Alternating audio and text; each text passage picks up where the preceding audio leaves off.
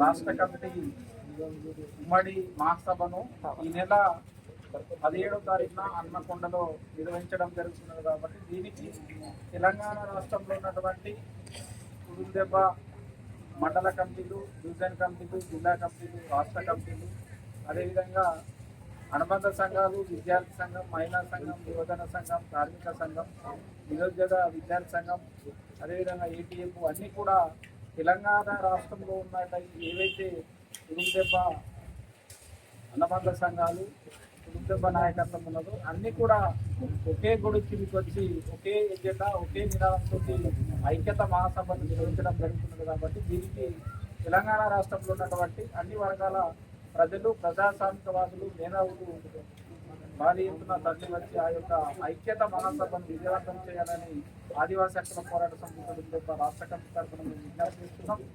దీనికి ముఖ్య అతిథులుగా ప్రొఫెసర్ హరగోపాల్, అదేవిధంగా ప్రొఫెసర్ వేద నరేందర్ గారు, ఇద్దరు కూడా ప్రొఫెసర్స్ ముఖ్య అతిథులుగా వస్తున్నారు. కాబట్టి తప్పకుండా ఇవాళ దేశంలో, రాష్ట్రంలో ఆదివాసీల అస్తిత్వం పైన, ఆదివాసీల మనుగడ పైన, ఆదివాసీల సమస్యల పైన, ఆదివాసీల పైన ఒక అప్రకటిత దమనకాండ కొనసాగుతున్నటువంటి సందర్భంగా ఈ మహాసభలు జరుగుతున్నది.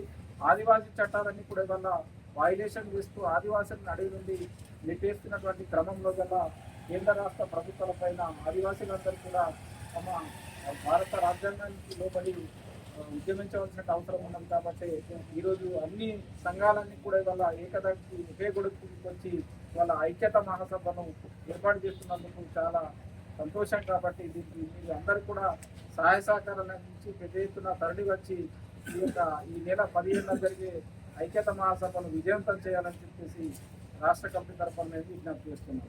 జై ఆదివాసీ, జై ఆదివాసీ.